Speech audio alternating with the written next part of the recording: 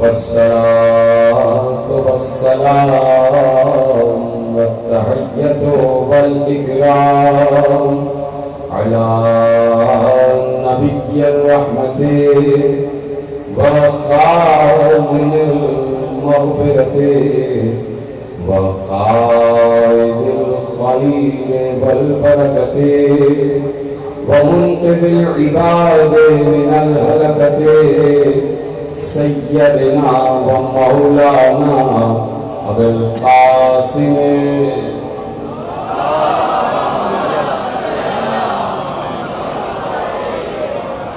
وأهل بيته الطيبين الطاهرين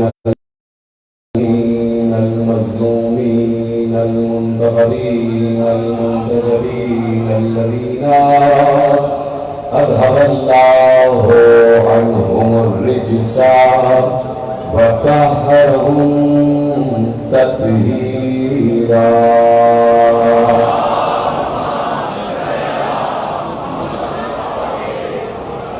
أما بعد فقد قال الله والكاظمين الغيظ والعافين عن الناس والله يحب المحسنين. صلوات محمد وعلى آله.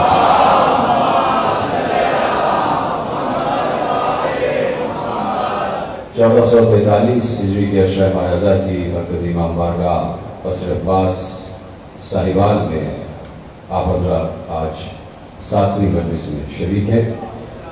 عنوان گفتگو روز کی طرح عظمت و اوصاف امام موسی کاظم صلوات اللہ وسلامہ علیہ.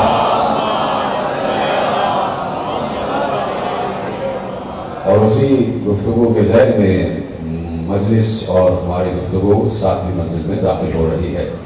پروردگار عالم جو اس کائنات کا تنہا خالق و مالک ہے، اس نے چاہا ہے کہ اس کا تعارف، اس کی تعریف، اس کی معرفت اور اس کے بندوں تک پہنچ جائے. اس لیے اس نے 1,24,000 انبیاء کو اپنی کسی نہ کسی صفت کا مظہر بنا کر بھیجا. اور اس کے بعد یہ مظہر، یہ مظاہر جو 1,23,999 انبیاء میں بکھرے ہوئے تھے، وہ سب کے سب ذات مصطفیٰ میں جمع ہو گئے. آدم کا علم ذات مصطفیٰ میں، نوح کی نجابت ذات مصطفیٰ میں، ابراہیم کی خلت ذات مصطفیٰ میں، موسیٰ کی حیبت ذات مصطفیٰ میں، عیسیٰ کا ذوق ذات مصطفیٰ میں، یوسف کا حسن ذات مصطفیٰ میں، ایوب کا صبر ذات مصطفیٰ میں. ہر نبی کو جو ملا وہ ملا بھی ذات مصطفیٰ کے ذریعے، اور سب کچھ ذات مصطفیٰ میں سمٹ کر آ گیا. اس لیے ذات مصطفیٰ ہمیشہ سے مرکز قرار پائی ہے اور مرکز رہی ہے. از آدم تا عیسیٰ ہر دور میں ذات مصطفیٰ ہی مرکز رہی ہے. اور ہر نبی سے اللہ نے یہی وعدہ لیا تھا کہ جب مصطفیٰ آ جائے، ثم جاءکم رسول مصدق لما معکم، جب رسول آ جائے تو تم اس پر ایمان بھی لانا اور اس کی نصرت بھی کرنا. تو میں عرض کر چکا اور پوری تفصیل آپ کے حوالے ہو چکی ہے. صرف ایک جملے کو کل بناتا ہوا آگے بڑھ جاؤں کہ آدم سے کہا کہ رسول پر ایمان لانا اور نصرت کرنا، نوح سے کہا، ابراہیم سے کہا، موسیٰ سے کہا، عیسیٰ سے کہا کہ مصطفیٰ پر ایمان لانا اور نصرت کرنا. لیکن ہم یہ دیکھتے ہیں کہ آدم اپنا دور گزار کر چلے گئے، مصطفیٰ نہیں آئے. نوح اپنا دور گزار کر چلے گئے، مصطفیٰ نہیں آئے. ابراہیم اپنا دور گزار کر چلے گئے، مصطفیٰ نہیں آئے. جبکہ وعدہ یہ تھا کہ مصطفیٰ آ جائیں تو ایمان لانا اور نصرت کرنا. اب پلٹ کے آدم سے لے کے عیسیٰ تک ہر نبی سے پوچھا جائے کہ کیا آپ نے مصطفیٰ پر ایمان لائے اور ان کی نصرت کی، تو وہ یہی کہیں گے کہ ہم انتظار کرتے کرتے چلے گئے. بس اگلے کو یہ بتانے کے لیے آئے اور بتا کر چلے گئے کہ ایک آنے والا ہے، آخری آنے والا ہے. لیکن جب وہ آئے ہی نہیں تو ایمان کیسے لائیں اور نصرت کیسے کریں؟ تو میرے عزیزوں، کسی دن کے لیے پیغمبر نے علی کے چہرے کی طرف دیکھ کر کہا کہ جو آدم کو دیکھنا چاہے، جو نوح کو دیکھنا چاہے، جو ابراہیم کو دیکھنا چاہے، جو موسیٰ کو دیکھنا چاہے، جو عیسیٰ کو دیکھنا چاہے، اسے چاہیے کہ وہ علی کے چہرے کی طرف دیکھے. اس لیے آدم کی نبوت کا بھرم رکھنے والا علی، نوح کی نبوت کا بھرم رکھنے والا علی، ابراہیم کی نبوت کا بھرم رکھنے والا علی، موسیٰ کی نبوت کا بھرم رکھنے والا علی، عیسیٰ کی نبوت کا بھرم رکھنے والا علی، یوسف کی نبوت کا بھرم رکھنے والا علی، یعقوب کی نبوت کا بھرم رکھنے والا علی، ایوب کی نبوت کا بھرم رکھنے والا علی، اسماعیل کی نبوت کا بھرم رکھنے والا علی، اسحاق کی نبوت کا بھرم رکھنے والا علی، ہود کی نبوت کا بھرم رکھنے والا علی، صالح کی نبوت کا بھرم رکھنے والا علی، لوط کی نبوت کا بھرم رکھنے والا علی، ہر نبی کی نبوت کا بھرم رکھنے والا علی، ہر نبی کی نگاہ علی پر رکی ہوئی ہے۔ اس وقت علی ایمان لے آئے اور نصرت کرنے تو سمجھ لو آدم بھی ایمان لے آئے نصرت کی، نوح بھی ایمان لے آئے نصرت۔ اس لیے سارے انبیاء کے اوصاف صرف ذات مصطفیٰ میں، اور ذات مصطفیٰ نے کہا کہ میں نور خلق ہوا تو تنہا نہیں تھا، میں اور علی ایک ہی نور سے ہیں۔ تو جو اوصاف ذات مصطفیٰ کے وہی اوصاف ذات مرتضیٰ کے، اور اللہ اپنے میں نے کہا نا کہ 1,23,999 انبیاء کو اپنی کسی نہ کسی صفت کا مظہر بنایا، اور اپنی کوئی نہ کوئی صفت انبیاء کے ذریعے سے ظاہر کی۔ کہیں کسی کے ذریعے سے جلال ظاہر کیا، کسی کے ذریعے سے جمال ظاہر کیا، کسی کے ذریعے سے قہر ظاہر کیا، کسی کے ذریعے سے جبر ظاہر کیا، کسی کے ذریعے سے اپنی ستائیت کو ظاہر کیا، کسی کے ذریعے سے اپنی غفاریت کو ظاہر کیا، کسی کے ذریعے سے اپنی رحیمیت کو ظاہر کیا۔ لوگوں کے سمجھ میں آ گیا کہ کوئی برا کرتا ہے، کوئی اس کو اس کی نااطاعتی کرتا ہے، کوئی اس کی نافرمانی کرتا ہے تو وہ جلال میں آ جاتا ہے، کوئی اس کی حکمرانی کرتا ہے تو وہ غصے میں آ جاتا ہے، کوئی اس سے راضی ہوتا ہے کسی سے وہ اس کا جمالی پہلو ہے، کسی کو بخشنا چاہتا ہے تو وہ اس کا سرکاری پہلو ہے، اس کا رحیمی پہلو ہے۔ لیکن یہ بات رہ گئی تھی، یہ بات رہ گئی تھی کہ بہت سے لوگ ہیں جو اس کی نافرمانی کرتے رہے۔ فرعون نے کہا میں اللہ ہوں، وہ چپ رہا۔ نمرود نے کہا میں اللہ ہوں، وہ چپ رہا۔ شداد نے کہا میں اللہ ہوں، وہ چپ رہا۔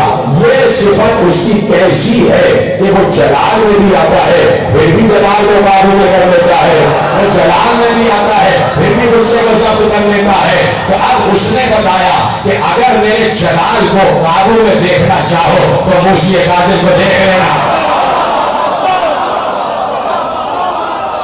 اس لیے کاظم کو کاظم کہا کہ کاظم کا مطلب یہ ہے کہ جلال پر قابو کیسے پایا جائے، کس طرح جلال پر قابو پایا جائے، یعنی جلال وہی جو اس کا جلال، جلال وہی جو اس کا جلال، اور جلال پر کیسے قابو پائے؟ تو جلال پر قابو پانے کی صفت کا مظہر ساتھ میں محمد کو بنائے کہ یہ میری اس صفت کا مظہر ہے۔ اور جب اللہ نے کہہ دیا وَالْقَاظِمِينَ الْغَيْظَ وَالْعَافِينَ عَنِ النَّاسِ، ہمیں قسم ہے ان لوگوں کی جو غیظ پر قابو پانا چاہتے ہیں، ہمیں کاظم کی قسم ہے، ہمیں کاظم کی قسم ہے۔ یعنی جہاں اللہ طور سینہ کی قسم کھا رہا ہے، تین کی قسم کھا رہا ہے، زیتون کی قسم کھا رہا ہے، جہاں اللہ یاسین کہہ کے قسم کھا رہا ہے، جہاں اللہ طٰہٰ کہہ کے قسم کھا رہا ہے، وہی اللہ کہہ رہا ہے کہ ہمیں کاظم کی قسم۔ اگر ہمارے قسم غیظ کو دیکھنا ہے تو موسی کاظم کو دیکھو کہ ہم ایسے اپنے غصے پر قابو پاتے ہیں، اپنے جلال کو ہم ایسے اپنے جلال کو قابو میں رکھتے ہیں۔ لیکن میرے عزیزوں صرف یہ نہ سمجھنا کہ موسی کاظم صرف جلال پر قابو پانا ہی جانتے ہیں۔ ہاں امام عادل ہوتا ہے اور امام کو پتا ہوتا ہے کہاں جلال پہ قابو پانا ہے، کہاں جلال دکھانا ہے، کہاں جلال پہ قابو پانا ہے، کہاں جلال دکھانا ہے۔ اب تک 6 تقریریں ہو گئی، میں نے امام کا جمال ہی جمال دکھایا، آج ذرا جلال کاظم بھی دیکھ لینا، آج ذرا جلال کاظم بھی دیکھ لینا۔ تیار ہے سننے کے لیے؟ بڑی تیزی سے باتیں آگے کرنا ہے، اس لیے کہ فقط 2 تقریریں آج کے بعد میرے پاس رہ گئی۔ تو اب آج دیکھو کہ جلال امام کیا ہے، جلال امامت کیا ہے، جلال ولایت کیا ہے۔ تم نے جلال علوی بھی دیکھا ہے، جلال حسنی بھی دیکھا ہے، اور جلال حسینی تو دیکھ ہی رہے ہو۔ 14 برس سے جلال حسینی ہی کے تحت تو ہم زندگی گزار رہے ہیں۔ تو جلال علوی سب نے دیکھا، جلال حسنی سب نے دیکھا، جلال حسینی سب نے دیکھا۔ آج دیکھو کہ اس کا جلال کیا ہوتا ہے جو جلال کو جمال بنانا بھی جانتا ہے۔ سب آپ کے حوالے جملے ہو رہے ہیں، اس کا جلال کیا ہوتا ہے کہ جو جلال کو جمال بنانا جانتا ہے، جلال کو جمال بنانا جانتا ہے۔ تو اب یہ نہیں ہے کہ یہ تلوار چلانا بھول گئے، یہ نہیں ہے کہ اعتبار سے انفراد نہیں ہے۔ ذوالفقار کا وارث ہوتا ہے امام، ذوالفقار کا وارث ہوتا ہے امام، سواری رسول کا وارث ہوتا ہے امام، امامہ رسول کا وارث ہوتا ہے امام، ابائے رسول کا وارث ہوتا ہے امام، ابائے رسول کا وارث ہوتا ہے امام۔ تو اب یہ ساری چیزیں تو دکھائی دے رہی ہیں، شاید کوئی ابا چھین لے، شاید کوئی امامہ چھین لے، شاید کوئی قبا چھین لے، لیکن کوئی سلونی کو نہیں چھین سکتا، کوئی علم کو نہیں چھین سکتا۔ تو علم ہے وراثت رسول جو ان کے 12 وارثوں تک پہنچی، اور 7واں وارث موسی کاظم جو علم رسول کا وارث ہے۔ اور میں کہہ چکا کہ امام وہی ہے کہ جب بھی اس سے سوال پوچھا جائے تو وہ یہ نہ کہے کہ میں نہیں جانتا، یاد ہے تو یاد سننے کے لیے امام وہی ہے کہ جب بھی اس سے سوال کیا جائے تو وہ یہ نہ کہے کہ میں نہیں جانتا۔ وقت کا بادشاہ کون ہے جانتے؟ وقت کا بادشاہ، حج کا موقع، بیت اللہ، ہزاروں ہزار انسان جو کلمہ گو ہو سب جمع ہے بیت اللہ کے گرد، سب طواف کر رہے ہیں۔ تھوڑی دیر کے بعد شور ہوا، سب ہٹ جاؤ، بادشاہ آ رہا۔ اور جب بادشاہ طواف کرے کوئی طواف نہیں کرے گا، مطاف کو خالی کرو، مطاف کو خالی کرو، بادشاہ آ رہا ہے کوئی طواف نہیں کرے گا، سب کو بزور شمشیر ہٹا دیا گیا۔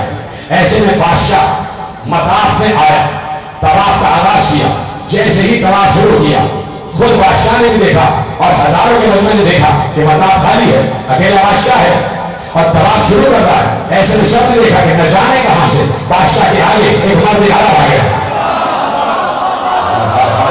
سلامت ہے، کچھ نئے لوگ تو نہیں ہے نا، سب انسان روزانہ کے بیٹھے ہیں، تو جیسے آپ بات کرتے بات کیجیے، امام موسی کاظم ہے اور 7واں امام ہے، 7ویں تقریر ہے، 7واں امام 7ویں تقریر ہے، جو پسند چلے جائیے۔ تو اب مطاف اور مطاف بادشاہ کا طواف شروع ہوا، سب لوگ کھڑے ہیں، اچانک کہیں سے ایک مرد عرب بادشاہ کے آگے آگے آ گیا، طواف شروع ہو گیا، طواف شروع ہوا تو کچھ سپاہیوں نے آگے بڑھ کے کہا تو وہ پتہ نہیں ہے کہ بادشاہ کا حکم ہے کہ اکیلا طواف ہوگا، پلٹ کے کہا اب جلال دیکھو، جلال دیکھو مرد عرب کا، سردار عرب کا، مختار عرب کا جلال۔ کہا یہ اللہ کا گھر ہے، یہاں نہ کوئی بادشاہ ہے نہ فقیر ہے، یہاں سب کو وہی حق ہے جو کسی دوسرے انسان کو ہے، یہاں سے کوئی دوسرے کو نہیں ہٹا سکتا۔ آگے آگے امام چلے، یہ بات یاد رکھیے گا کہ کوئی بھی عبادت، نماز، روزہ، حج، زکات، جہاد، کوئی بھی عبادت، خصوصیت کے ساتھ نماز، کوئی بھی دنیا میں نماز پڑھتا ہے اس کی نماز اس وقت تک بارگاہ خدا میں نہیں پہنچتی جب تک پہلی نماز حجت خدا میں نہ پہنچ جائے۔ امام کی شان ہے، آخری آدمی تک پیسے بولے جیسے روزانہ بول رہے ہیں، امام کی شان بیان کر رہا ہوں۔ تو پہلی عبادت جو جاتی ہے وہ امام وقت کی جاتی ہے، حجت خدا کی جاتی ہے، اور یہ بات متفق علیہ ہے، ہمارے اتحاد عالم نے لکھا ہے کہ حج اس وقت تک شروع نہیں ہوگا جب تک حجت زمانہ شروع نہ کر دے، جب تک زمانے کی حجت کرنا شروع کر دے۔ تو آپ کو مرد عرب آگے آگے سپاہی میں ہٹ جاؤ، کہ نہیں ہٹیں گے، سب کا یکساں حق ہے، اللہ کا گھر ہے اور اس پر سب کا حق ہے، سب مسلمان ہیں، سب کا اللہ وہ ہے، سب برابر ہے۔ بادشاہ نے کہا چھوڑ دو، آگے جانے دو، اب یہ مرد عرب آگے، بادشاہ پیچھے پیچھے، طواف مکمل ہو گیا۔ بادشاہ آیا حضرت اسود کی طرف پوچھنا دینے کے لیے، دیکھا نہ جانے کہاں سے وہ مرد عرب پہلے حضرت اسود کے قریب آ گیا، پوچھنا دے رہا ہے، جملہ دے رہا ہو، نہ معلوم یہ حضرت کو پوچھنا دے رہا تھا یا حضرت اسود کو پوچھنا دے رہا تھا۔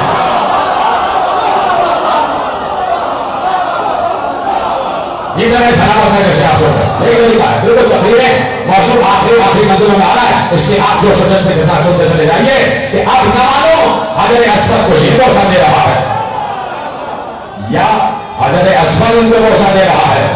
یہ تو سوال ہی رہ جاتا، یہ سوال ہی رہ جاتا اگر عباس بام کعبہ میں کھڑے ہوتے خطبہ دیتے ہوئے یہ ارشاد نہ فرماتے کہ اگر اللہ کی حکمت جلی نہ ہوتی، انسانوں کا امتحان مقصود نہ ہوتا اور اللہ کے اسرار جلیہ سامنے نہ ہوتے، تو اس سے پہلے کہ حسین حجر اسود کی طرف یا کعبے کی طرف جاتے، کعبہ حسین کی طرف ہوتا ہے۔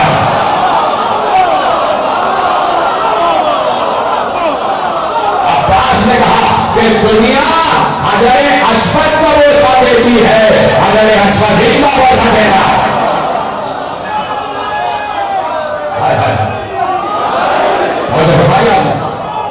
پہلے حجر اسود وہ مرنے آ رہا. بادشاہ آگے گیا, حجر کو بوسہ دیا, مڑ کے مقام ابراہیم کی طرف آیا.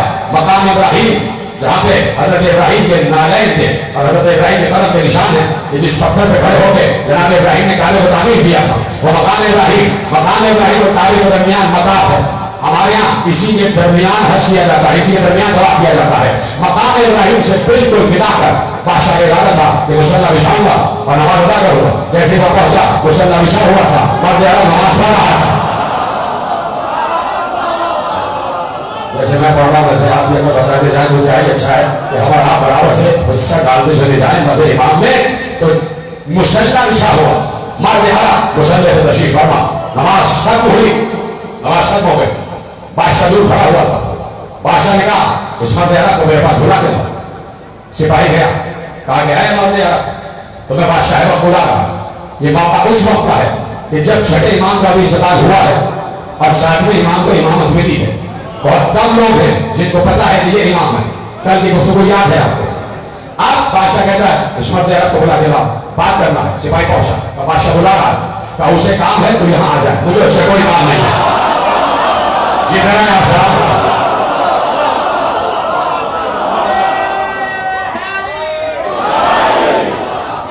اسے کام ہے تو یہاں ہے, مجھے اس سے کوئی کام نہیں ہے. سپاہی نے جا کے کہا حج ہے, بیت اللہ ہے, مقام ابراہیم ہے, حجر اسود ہے, اس سب چیز کا خیال نہیں ہے. ہزاروں آنکھیں جو دیکھ رہی ہے, اپنی عزت بچانے کے لیے اٹھا. ہاں صحیح کہہ رہا ہے, میں وہی جاتا ہوں. وہاں پہنچا, مرد عرب کھڑا ہوا تھا. بادشاہ نے کہا تم سے کچھ پوچھنا چاہتا ہوں, بیٹھ جاؤ. کہا کہ تمہیں بیٹھنا تو بیٹھ جاؤ, نہیں بیٹھنا تو چلے جاؤ. تم کون ہو گے مجھے بیٹھنے یا اٹھنے کا؟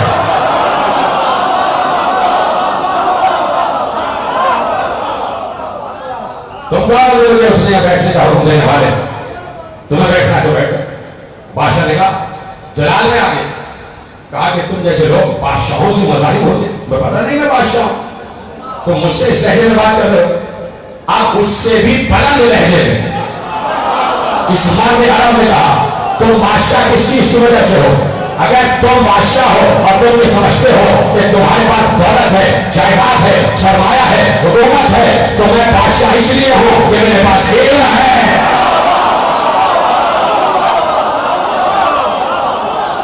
جیتا ہے آپ صاحب, کہ تمہارے پاس حکومت ہے, ہمارے پاس علم ہے, ہمارے پاس علم ہے. بیٹھ گئے, بادشاہ بھی بیٹھ گیا. کہا کہ آپ کے پاس علم ہے, آپ کو دعویٰ ہے کہ علم ہے؟ کہا ہمارے پاس علم ہے. اچھا میں آپ سے سوال کرتا ہوں, اگر تم نے جواب دے دیا تو میں 1 تھیلی درہم کی تمہیں دوں گا, اور اگر جواب نہ دیا تو سزا دوں گا. تو انہوں نے کہا کہ سوال کس حیثیت سے پوچھ رہے, معلم کی حیثیت سے یا متعلم کی حیثیت سے, استاد کی حیثیت سے یا شاگرد کی حیثیت سے؟ سوال کس حیثیت سے پوچھ رہے ہو؟ کہ متعلم کی حیثیت سے. اگر کہہ دیتا کہ استاد کی حیثیت سے تو مرد عرب کہتا جو سوال تو پوچھنے جا رہا ہے پہلے تو خود اس کا جواب بتا دینا, تاکہ معلوم ہونا کہ تجھے بھی جواب معلوم ہے. تو سمجھ گیا یہ سامنے جو مرد عرب یہ صحیح ہے, میری باتوں کو پکڑے گا. کہا متعلم کی حیثیت سے, شاگرد کی حیثیت سے سوال کر رہا ہوں. کہا جب شاگرد کی حیثیت سے سوال کر رہے ہو تو بادشاہوں کے طریقے سے کیوں بیٹھے ہو, شاگردوں کے طریقے سے بیٹھا.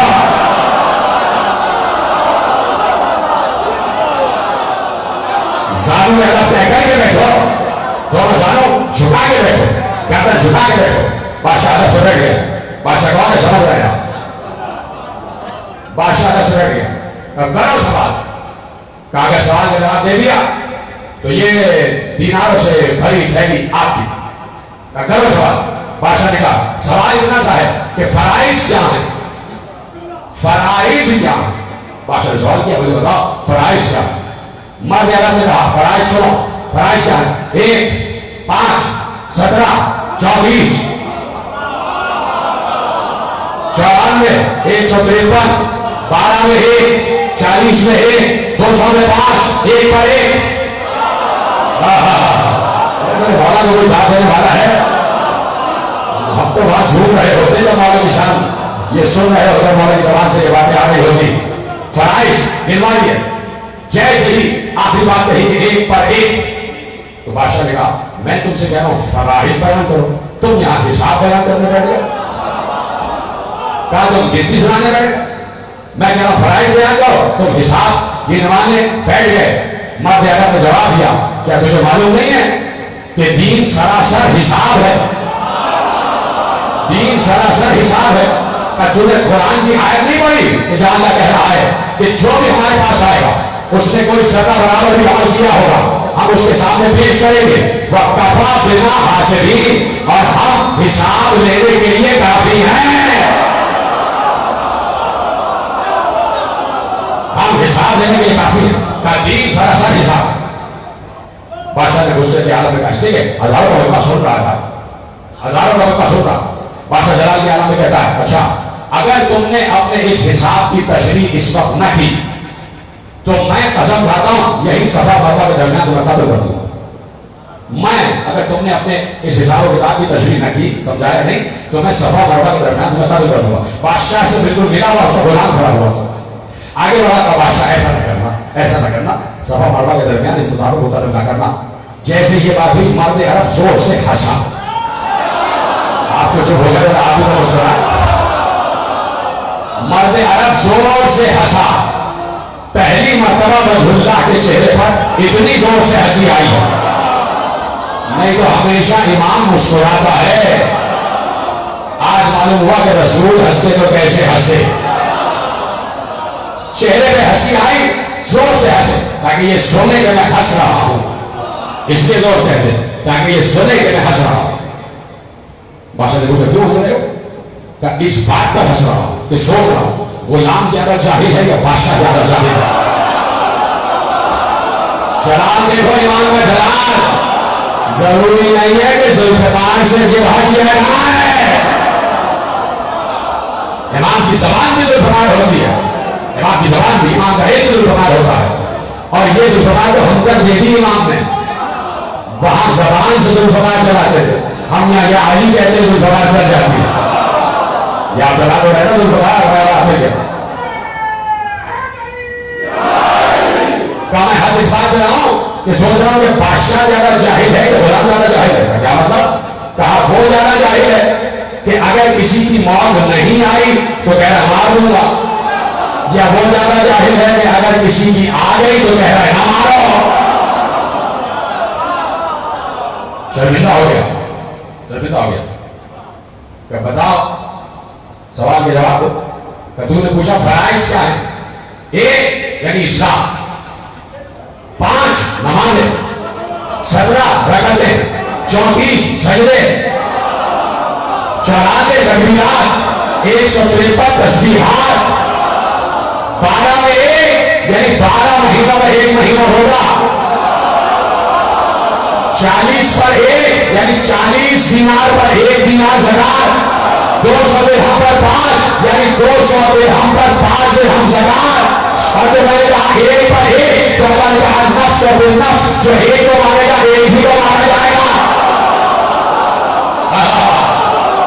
یہ بنا اسلام بتایا، پورا دین بیان کر دیا، ویسے ویسے پورا دین بیان کر دیا. کہا تم نے اچھا جواب دیا. بادشاہ نے کہا تم نے اچھا جواب دیا، لو یہ تھیلی تمہاری. بادشاہ نے دینار کی تھیلی اس مرد عرب سامنے رکھی، یہ تھیلی تمہاری. اس مرد عرب نے کہا یہ تھیلی کس بات پر دے رہے ہو؟ جو میں نے جواب دی اس بات پر، جو میں نے جواب دی اس بات پر. کہا تمہارے جواب پر یہ تھیلی دے رہا ہوں. کہا اچھا ایک سوال میں تم سے کرتا ہوں، ایک سوال میں تم سے کرتا ہوں. اگر تم نے جواب دے دیا تو یہ تھیلی تمہاری واپس.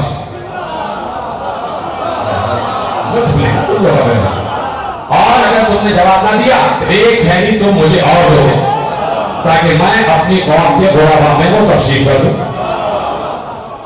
اگر تم نے جواب نہ دیا تو ایک تھیلی دینار سے بھری ہوئی تم دو گے. سمجھ میں آ گئی بات؟ کہ اگر جواب دے دیا تو یہ تھیلی جو تم نے مجھے دی ہے میں تمہیں واپس کر دوں گا، تمہیں انعام دوں گا. اور اگر تم نے جواب نہ دیا تو ایک اور تھیلی دینار میں بھری ہوئی تم مجھے دو گے. اس نے کہا میں تیار ہوں، سوال کرو. اس سے پہلے کہ اس نے کہا کہ سوال کرو، بادشاہ نے غلام سے کہا ایک تھیلی لے آؤ. سمجھو نا،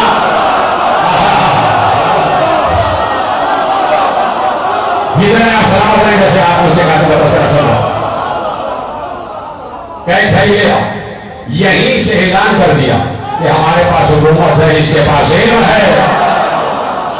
سمجھ گیا نا کہ جواب نہیں دے سکتے تھے. تو اپنے پیش رو کی سنت پر تو چل رہا تھا. انہوں نے بھی 70 مرتبہ کچھ کہا تھا، یہاں بھی اعتراف کر دیا. ایک تھیلی ہو گیا، دونوں تھیلیاں، ایک تھیلی اپنے پاس ایک سامنے رکھی. کہا تم سوال کرو. کا سوال یہ ہے، امام سوال کرتا اور اس کے لیول کا سوال کرتا. اب بتائیں گے امام اس کا لیول کیا ہے، جو بادشاہ بنا بیٹھا ہے اس کا لیول کیا ہے. کہا سنو، یہ گوبر میں اور مٹی سے مل کے گبریلا ایک کیڑا پیدا ہوتا ہے. نام ہی گوبر سے شروع کیا. اب اس کا کوئی ہے داد نہیں. امام کی فساد و بلاغت و جلالت، ذہانت، فراست، ذکاوت، کوئی دنیا کو بتائے اس کی حیثیت کیا ہے. اور بتائیے جو بھی ہمارے سامنے جب بھی آیا ہے اس کی حیثیت اسی کیڑے جیسی ہے اس کا ذکر کر رہا ہوں. گوبر میں کیڑا نکلتا ہے مٹی سے مل کے، گوبریلا اس کا نام ہے. یہ بتا، گوبریلا جب کیڑا ماں کے شکم سے پیدا ہوتا ہے تو اس کی ماں اسے دانا کھلاتی ہے یا دودھ پلاتی ہے؟ سلام کرو نا امام کو. اس کی ماں اسے دانا کھلاتی ہے، دودھ پلاتی ہے. بادشاہ بہت زیادہ غصے میں آ گیا. لکھا ہے کہ بہت زیادہ جلال گیا. کہا کہ بائے ہو تم پر، تم بادشاہوں سے ایسے سوال کرتے ہو. اس کو ذلت اس کیڑے کے سوال پہ ہو رہی تھی کہ مجھ سے یہ سوال کیا تھا، جس کیڑے کا سوال کیا تھا بات کرتے تو زمین و آسمان نہیں کرتے. تو امام نے بتا دیا پہلے کیڑوں پر تو بات کرو جو تمہاری کاروں میں آنے والے ہیں.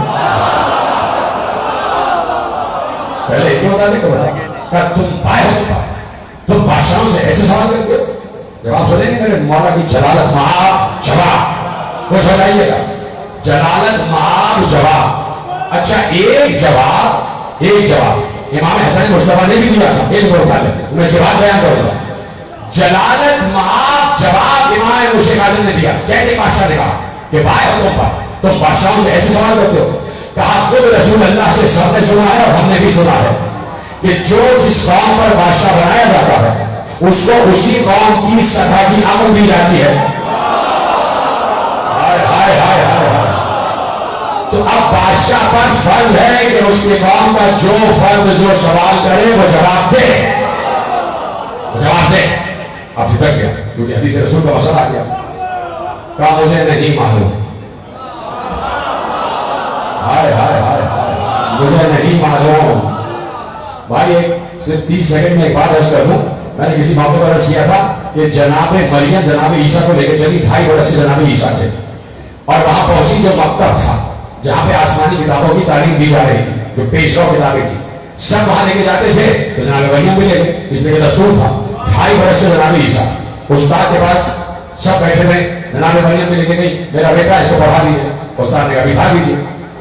جناب عیسیٰ سامنے بیٹھ گئے، استاد بیٹھا ہوا ہے مسند پر. استاد نے پہلا سبق پڑھایا کہ لکھو ابجد الف ب ج د. جناب عیسیٰ سے کہہ رہا ہے کہ اکتب ابجد، لکھو ابجد. تو جناب عیسیٰ نے کہا میں لکھ تو دیتا ہوں، یہ بتاؤ تمہیں پتا بھی ہے کہ ابجد ہے کیا؟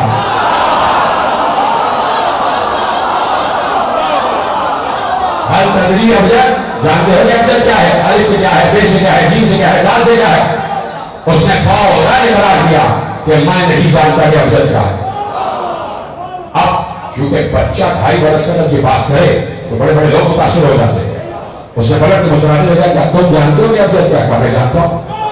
کہا تو بتاؤ کیا جانتے ہو؟ کہا کہ اگر پوچھنا ہی ہے تو تقاضا یہ ہے کہ جہاں تم بیٹھے ہو وہاں میں آ جاؤں، جہاں میں بیٹھا ہوں وہاں تم آ جاؤ. بات ہی ختم ہو گئی. ارے ہارون نے کہا میں نہیں جانتا. امام مسلمانیے عیسیٰ کا جواب یاد کر لے کہ جہاں تو بیٹھا ہے وہاں میں آ جاؤ.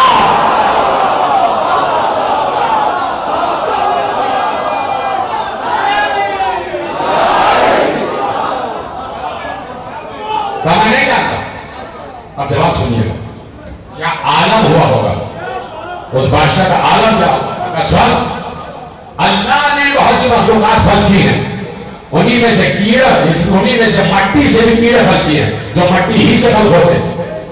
جب وہ مٹی سے خلق ہوتے ہیں اور وہ پروان چڑھتے ہیں اور اس عمر پر آتے ہیں کہ جہاں ان کا اپنا بچہ ہو رہا ہو، تو اس کی ماں جب بچہ جنتی ہے تو وہ کیڑا باہر آتا ہے، اور جب کیڑا باہر آتا ہے تو چونکہ مٹی ہی سے بنا ہے تو اس کی ماں نہ اسے دانا بھراتی ہے نہ دودھ پلاتی ہے، اس کی غذا وہی مٹی ہوتی ہے۔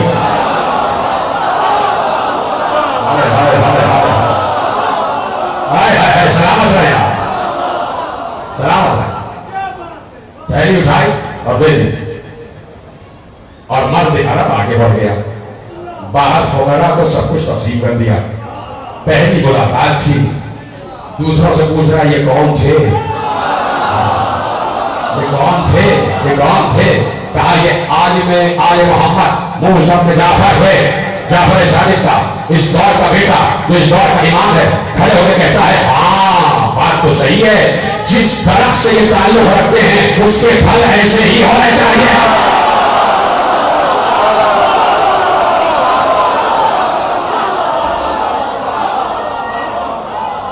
اس شجر کے پھل ایسے ہی ہونے چاہیے، اس درخت کے پھلوں کو ایسا ہی ہونا چاہیے۔ امام امام ہر دور کا امام، ہر دور کا امام۔ دیکھیے کچھ چیزیں ایسی ہیں کہ جو کچھ ائمہ کے لیے مخصوص ہیں۔ مثلا میرے منہ سے امام موسیٰ کاظم علیہ السلام کی حدیث ہے کہ جب بات آئی نا اللہ کے جلال کی، اللہ کے جلال کی، تو امام نے کہا ہم ہی اللہ کا جلال ہے، کہ جس کی وجہ سے اللہ نے اپنے بندوں کو اکرام عطا کیا ہے، مکرم کیا ہے۔ لقب ہے اللہ کا جل جلالہ، لقب اللہ کا ہے جل جلالہ۔ بہت سے لوگ ائمہ کے نام میں جل جلالہ لگا رہے، علی جل جلالہ اور سب کے نام میں جل جلالہ۔ ہاں ائمہ ہیں جل جلالہ، اللہ کے جلال کا مظہر ہے جل جلالہ۔ آپ سنیے، علی امیر المومنین ہیں، ہر امام امیر المومنین ہے، 12 کے 12 امیر المومنین ہے۔ اس سے کسی کو انکار نہیں کہ 12 کے 12 امیر المومنین ہے، لیکن لفظ امیر المومنین صرف علی کے لیے ہے، علی کے بعد کسی نے استعمال نہیں کیا، اور منع بھی تھا کہ امیر المومنین ہیں سب، لیکن لقب مخصوص ہے علی کے لیے۔ اسی طرح 12 کے 12 جل جلالہ ہیں، لیکن یہ لقب مخصوص ہے اللہ کے لیے،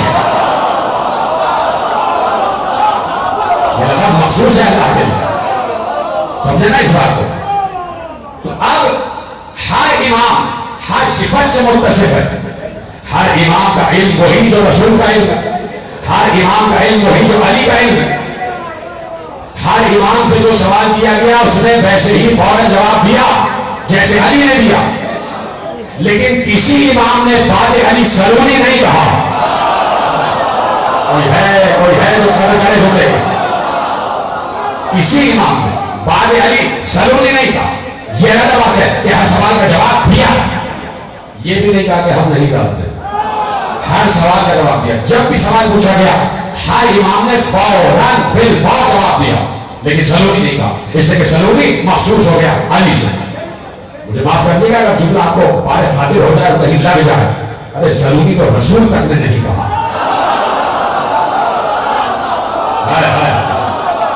سلونی تو مصطفیٰ نے نہیں کہا، حالانکہ مصطفیٰ کے لعاب دہن ہی کی وجہ سے سلونی کہا گیا۔ تو مصطفیٰ کہہ دیتے تو بات بڑی نہ ہوتی، مصطفیٰ کا سلونی کہتے تھے بات بڑی نہ ہوتی۔ بات اس وقت بڑی ہوئی جب علی نے سلونی کہا اور فوراً کہا ہذا لعاب رسول اللہ۔ یہ جو میں علم بتا رہا ہوں یہ سب لعاب دہن رسول کا اثر ہے۔ تو اب پتہ چلا کہ رسول کا علم کیا ہے، رسول کا علم کیا ہے۔ اتنی سی بات کہتا ہوں کہ علی نے انسانوں میں کہا سلونی، رسول نے کہا حسین پر کہا سلونی۔ خوش ہو جائے نا؟ تو ہر امام سے جو سوال کیا گیا امام نے جواب دیا۔ پوچھا گیا علی بن عقیل امام کے پاس آئے ہوئے ہیں ملنے کے لیے، کہا کہ کچھ سوالات کرنا چاہتا ہوں۔ کہا کرو، سوال کیا ہے؟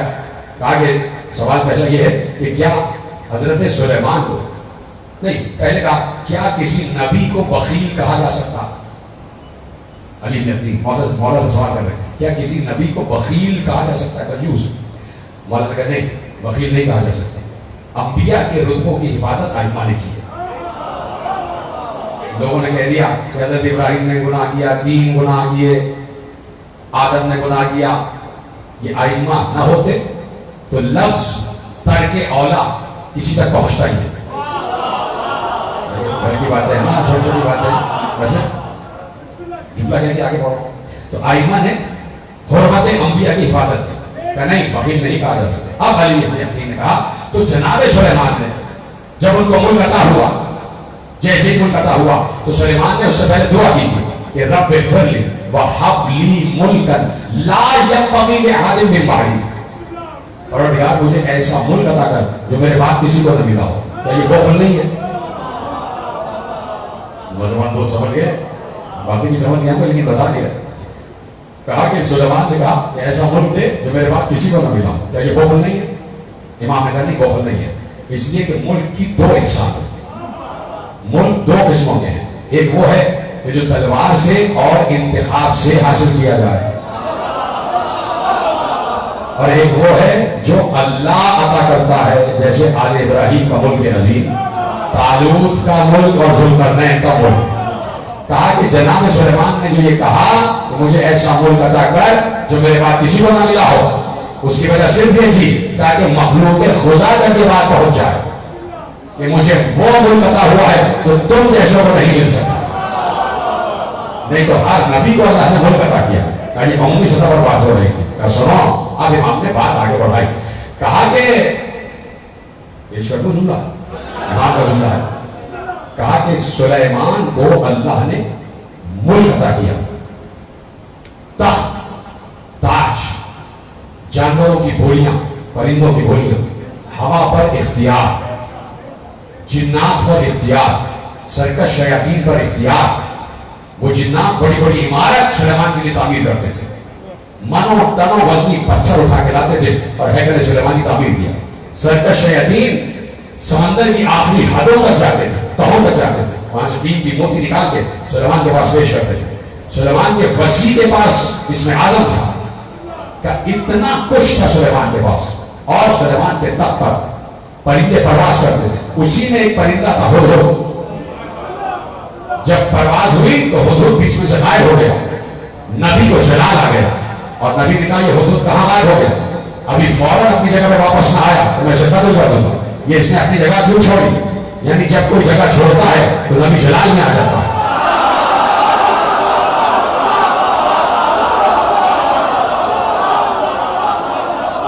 کیا تمہیں پتا ہے کیوں جلال میں آئے تھے؟ ایک ہدہد ہی تو غائب ہوا تھا، دوسرا پرندہ اس کی جگہ آ جاتا۔ ایک ہدہد تو غائب ہوا تھا، یہ میرا اپنا جملہ ہے، ایک ہدہد غائب ہوا تھا، دوسرا پرندہ اس کی جگہ آ جاتا تو وہ سایہ ہو جاتا۔ اس میں کیا بات تھی؟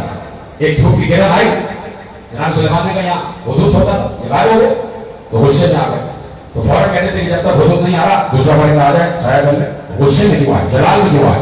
معصوم کہتے ہیں اس لیے جلال میں آئے سارا ملک سلیمان کے پاس، اس میں اعظم کا علم سلیمان کے پاس، لیکن ہدہد جو تھا وہ اس لیے ساتھ رکھا جاتا تھا کہ ہدہد کے پاس یہ علم تھا کہ ہدہد بتاتا تھا کہ جس زمین کی طرف جائے وہاں پانی ہے یا نہیں ہے۔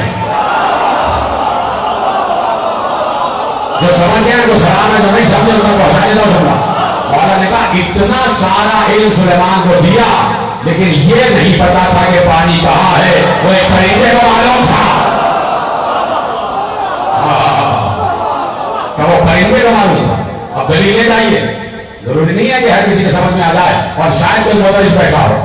جیسے ہی جناب موسیٰ دریا پار کر کے آئے اور قوم کھڑی ہو گئی اور ساری توریت سنائی، سارے اسفار سنائے، تو قوم کے ایک فرد نے جناب موسیٰ سے پوچھا کہ اس وقت اس دنیا میں سب سے بڑا عالم کون ہے؟ بھائی ایسا ہوتا ہے کہ کسی کے پاس کچھ علم ہوتا ہے، کسی کے پاس نہیں ہوتا۔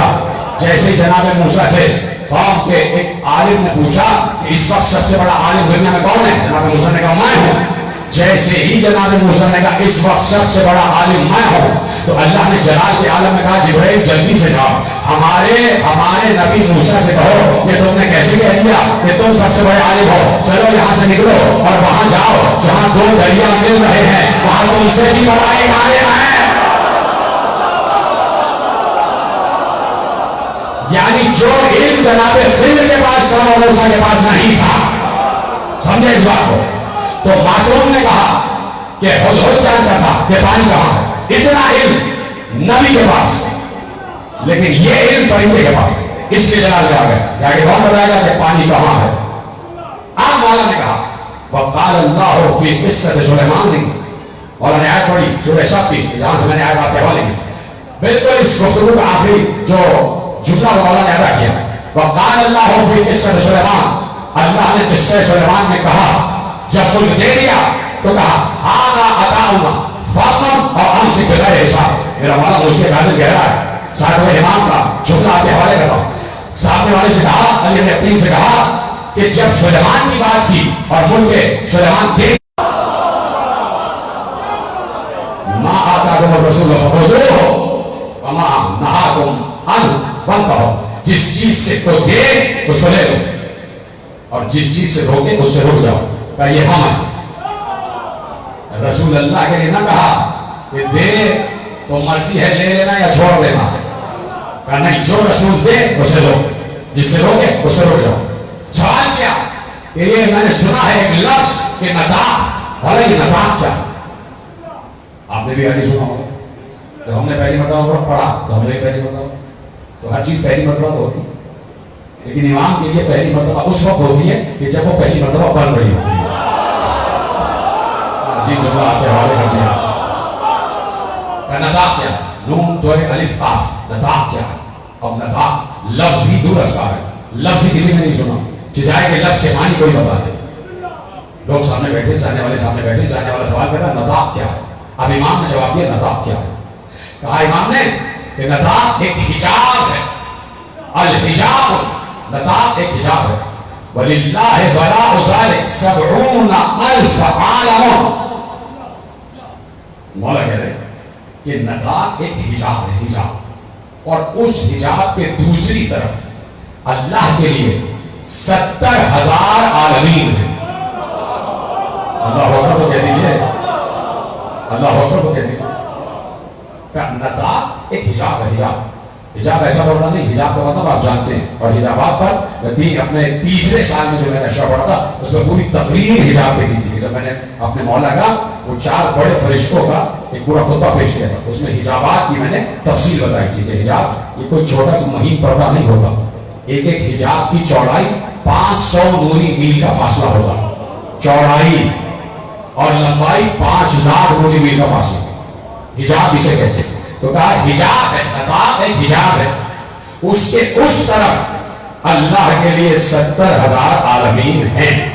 جملہ ختم نہیں ہوا، مولا نے آگے ارشاد فرمایا کہ ان 70,000 عالمین میں جو مخلوق رہ رہی ہے وہ تمہارے عالم کے کل جن و انس سے 10 گنا نہیں 100 گنا زیادہ ان کی تعداد ہے۔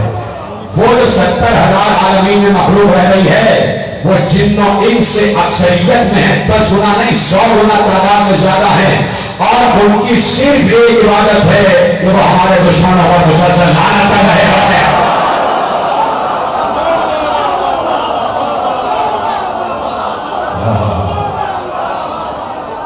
اکثر من عدد الجن والانس، ترجمہ پہلے کیا، اب لفظ بیان کر رہا ہوں، جان بوجھ کے کیا ہے، اور لفظ پر غور کیجیے گا، جہاں پر جملہ ختم ہوگا آخری 2 لفظوں پر غور کیجیے گا، میں نے تو ترجمہ کر دیا عمومی، مولا نے بات کی خصوصی، اکثر من عدد الجن والانس، ان کی تعداد جنوں اور انسانوں سے کہیں زیادہ ہے، وَكُلُّهُمْ يَلْعَنُونَ، روک رہا ہوں، کلہم کا مطلب کیا ہے؟ وہ سب کے سب، یلعن لعنت کرتے، اس نے روکا، وَكُلُّهُمْ يَلْعَنُ فُلَانًا وَفُلَانًا۔ سلامت ہے یار، جو سمجھ گیا تو سلام ہے، جو نہیں سمجھے میرے دعا ہے کہ سمجھ جا۔ كُلُّهُمْ يَلْعَنُ فُلَانًا وَفُلَانًا، وہ سب کے سب لعنت کرتے ہیں۔ دیکھیں یہ لفظ فلانا و فلانا یہ قرآن کا لفظ ہے بھائی، پریشان نہ ہو مجھ کو، اللہ نے سورہ فرقان میں آواز دی یوم یعض الظالم علی یدیہ یقول یا لیتنی اتخذت مع الرسول سبیلا یا ویلتی لیتنی لم اتخذ فلانا خلیلا. محشر کے دن ایک ظالم آئے گا, اللہ کہہ رہا ہے محشر کے دن ایک ظالم آئے گا جو اپنے ہاتھوں کو اپنے دانتوں سے کاٹ رہا ہوگا اور کاٹ کر پچھتا کر کہہ رہا ہوگا اے کاش میں نے دنیا میں رسول کا راستہ اپنایا ہوتا اور اے کاش میں نے فلانے کو اپنا دوست نہ بنایا ہوتا.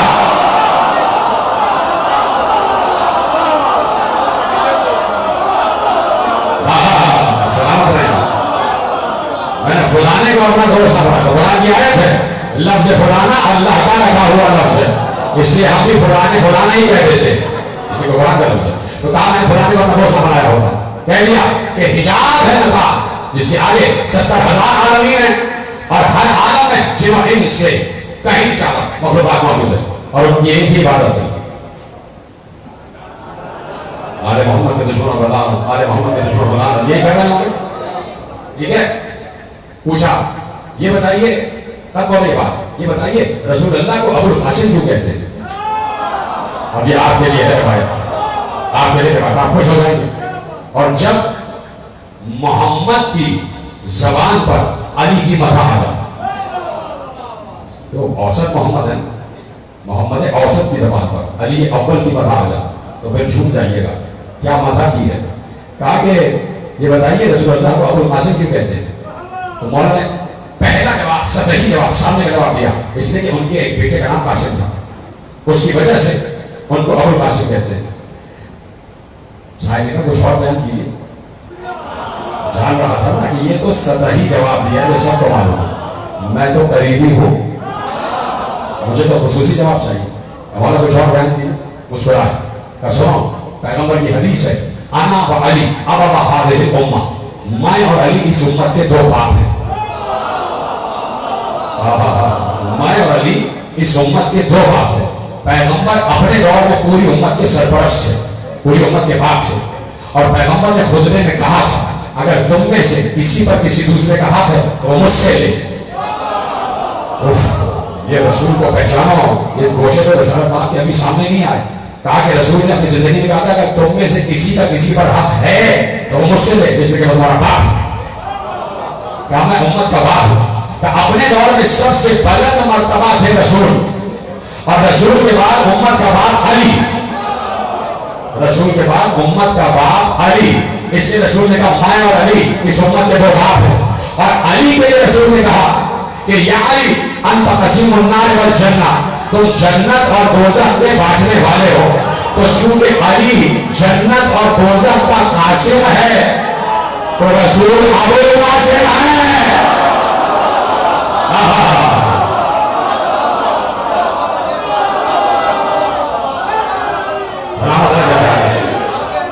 رسول ابو القاسم, اب رسول بھی ہے ابو القاسم اپنے ایک بیٹے قاسم کی وجہ سے, اور رسول کا نواسا حسین بھی ہے, حسن بھی ہے ابو القاسم اپنے بیٹے قاسم کی وجہ سے. اس گھر میں دو ابو القاسم, حسن اور رسول. اور اس وقت بھی جنت میں دو ابو القاسم ہیں, ایک رسول ایک حسن. دونوں کے بیٹے آپس میں مل کے کہتے ہوں گے کہ ہمارے بابا بھی ابو القاسم, آپ کے بابا بھی ابو القاسم. ختم ہو گئی گفتگو. امام موسی کاظم علیہ السلام کے ایک بیٹے کا نام بھی قاسم تھا, قاسم تھا, ایک بیٹے کا نام قاسم تھا. تو قید کر کے لے جائے گئے, 14 برس قید میں رہے مولا. اتنی سی حال کی بس موسی کاظم پر حال نہیں کر سکتے آپ. 14 برس یہ تو مسلسل تھی. بعض قید تو تھی کہ 1 سال قید رہے پھر چھوٹ گئے, پھر 6 مہینے قید رہے پھر چھوٹ گئے, یہ مسلسل تھی. اسی لیے مصر کہنے والے نے مصر کہہ دیا تھا کہ مولا انتہائی اسیری گزر گئی, زندان میں جوانی و پیری گزر گئی, زندان میں جوانی و پیری گزر گئی. ایک شاعر نے شعر کہا امام رضا علیہ السلام کے سامنے, اور اس نے ایک شعر پڑھا کہ اے فاطمہ زہرا قبر سے اٹھ کے آئیے, آپ کا کوئی چاند کربلا میں ہے, آپ کا کوئی چاند کازمین میں ہے. آپ کہاں کہاں کس کس کے لاشوں پر ماتم کر رہی ہیں. ایک بات امام رضا علیہ السلام نے کہا کہ اس میں ایک مصرع اور پڑھا دو کہ آپ کا ایک چاند طوس میں بھی ہے خراسان میں بھی. شاعر نے کہا وہ کون؟ کہا مائیں کہ میری قبر خراسان میں بنے گی. تو زہرا چین نہیں ہے. زہرا قبر میں بھی امت نے چین دینے نہیں دیا. آج بھی زہرا چین سے نہیں ہے. آج بھی جنت البقیع میں جا کے دیکھیے زہرا کی قبر بے مزار ہے. مزار نہیں. نوحہ نے لکھا ہے, مدنی سرور صاحب نے پڑھا ہے, اسے سنیے کہ جنت البقیع ہے کیا. جنت البقیع اجڑی ہوئی قبر کا نام ہے. اجڑی ہوئی قبر کا نام ہے. اور اس میں یہی بتایا ہے کہ کس طرح زہرا قبر کے اندر ایسا لگتا ہے کہ زہرا آج بھی دھوپ میں بیٹھی ہوئی ہے, اور زہرا کے ساتھ 4 بیٹے اور جنت البقیع میں سو رہے ہیں. بس میں نے اس معاہدے میں اتنا سا شکوہ کیا ہے اس امت سے کہ اے امت محمد, اور پڑھا بھی ندیم سرور صاحب نے خوب ہے, خدا ان کے درجات میں اور اضافہ کرے, خدا ان کی توفیقات میں اضافہ کرے, اور ان کی عمر میں اضافہ کرے, کہ میں نے اس میں صرف ایک شکوہ کیا ہے کہ اے امت, جس زہرا نے تجھے پوری زندگی دعا دی ہے, یہ جملہ ہونے کے لیے کافی تھا, جس زہرا نے تجھے پوری زندگی دعا دی ہے, تو اسے اس دعا کے مقابلے میں ایک ٹوٹی ہوئی قبر ہی دے سکا, ایک اجڑی ہوئی قبر ہی دے سکا. اور آج بھی زہرا کا ہاتھ پہلو پر ہے, لیکن زہرا یہ نہیں کہہ رہی ہائے میرا پہلو, زہرا کہہ رہی ہے ہائے میرا حسین, ہائے میرا حسین, ہائے میرا حسین. زہرا کا نام اسی لیے لیا کہ ایک بار قاسم کو اجازت نہ ملی, بار بار قاسم کہہ رہے تھے قاسم کی ماں بیوہ ہو چکی, یہ یاد رکھیے گا. اور جب بیوہ ہوئی ہے نا زوجہ حسن, تو قاسم 3 برس کے تھے, 3 برس کا بچہ قاسم. اب آپ سوچئے کہ 3 برس کا بچہ کیا گزری ہوگی اس پر, جب باپ کے دہن سے جگر کے 72 ٹکڑے ابلتا ہوا دیکھ رہا ہو. تشت لگن 72 ٹکڑوں سے بھر گیا. قاسم دیکھ رہے ہیں, قاسم چیخ چیخ کر رو رہے تھے. ایسے میں حسین بھی آ گئے, عباس بھی آ گئے, سنبھالنے والے موجود تھے, اور بس سب سمجھ رہے تھے کہ قاسم یتیم ہونے والے ہیں. لیکن جس وقت قاسم تڑپ کر رو رہے تھے, ایک بار حسین نے قاسم کو گلے سے لگا لیا. گویا قاسم سے کہہ دیا قاسم اپنے کو یتیم نہ سمجھنا, تمہارے سر پہ تمہارے چچا کا سایہ موجود ہے. تو قاسم جب 3 برس کے یتیم ہوئے تھے تو سر پر ہاتھ رکھنے والا حسین اور عباس تھا. اب جملہ کیا رہ گیا کہنے کے لیے, میری ماں بہنیں گریا شروع کر دیں کہ جب قاسم یتیم ہوئے تو حسین نے رخسار چوما, سر پر ہاتھ رکھا. ارے حسین ابھی قاسم کے رخسار چوم رہے ہو, سر پر ہاتھ رکھ رہے ہو, تمہاری بھی 3 برس کی بیٹی یتیم ہو جائے گی, اس کے تماچے لگیں گے, اس کے بال کھینچے جائیں گے, اس کے دام میں آگ لگے گی. اور کیا کیا دیکھا ہے قاسم. قیامت اس وقت آ گئی کہ بابا نے سینے سے لگا دیا, اور رو رو کے کہے قاسم ہمارا آخری وقت آ گیا. بی بی عمر فرما سلام اللہ علیہ کو قریب بلایا, کہا قاسم تمہارے حوالے, جیسے پورے گھر کا سرپرست میرا بھائی حسین ہے, میرا بھیا عباس ہے, قاسم کا خیال رکھنا. اسے کسی موقع کے لیے مانگا ہے, اسے کسی موقع کے لیے مانگا ہے, قاسم کا خیال رکھنا. اور ایک بات کا فرما میرے نزدیک آ جاؤ, مجھے ایک کاغذ اور قلم لا دو. کچھ کہہ رہا ہوں میں, پہنچ رہے ہیں آپ آہستہ آہستہ. مجھے ایک کاغذ اور قلم لا دو. کاغذ اور قلم آیا, لرزتے ہوئے ہاتھوں سے امام حسن نے ایک تحریر لکھی.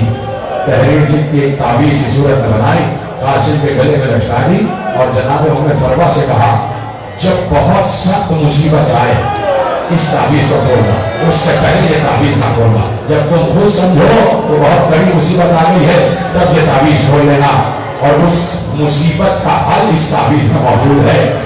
کوئی مصیبت اتنی بڑی بی بی ام فروا کو کیسے لگتی کہ جب حسین جیسا امام موجود ہے, جب عباس جیسا سرپرست موجود ہے, جب سارے بنی ہاشم, جب شریکت الحسین جیسی بیوی موجود ہے. تو بس 11 برس کسی مصیبت کو مصیبت نہ سمجھا. مصیبت تو اس وقت آئی کہ جب قاسم اپنی اماں کے خیمے میں آئے. ماں نے ایک بار بیٹے کے رخسار چھوڑا, بیٹا سب جا رہے ہیں تم کب جاؤ گے, بیٹا تمہارا لاشا کب آئے گا. امام وقت پر سے قربان ہو گئے. بس بیٹے نے ایک لفظ کہا, اماں آپ کیا سمجھتی ہیں کہ ہم جان نہیں گئے, ہم بار بار چچا سے پوچھتے ہیں.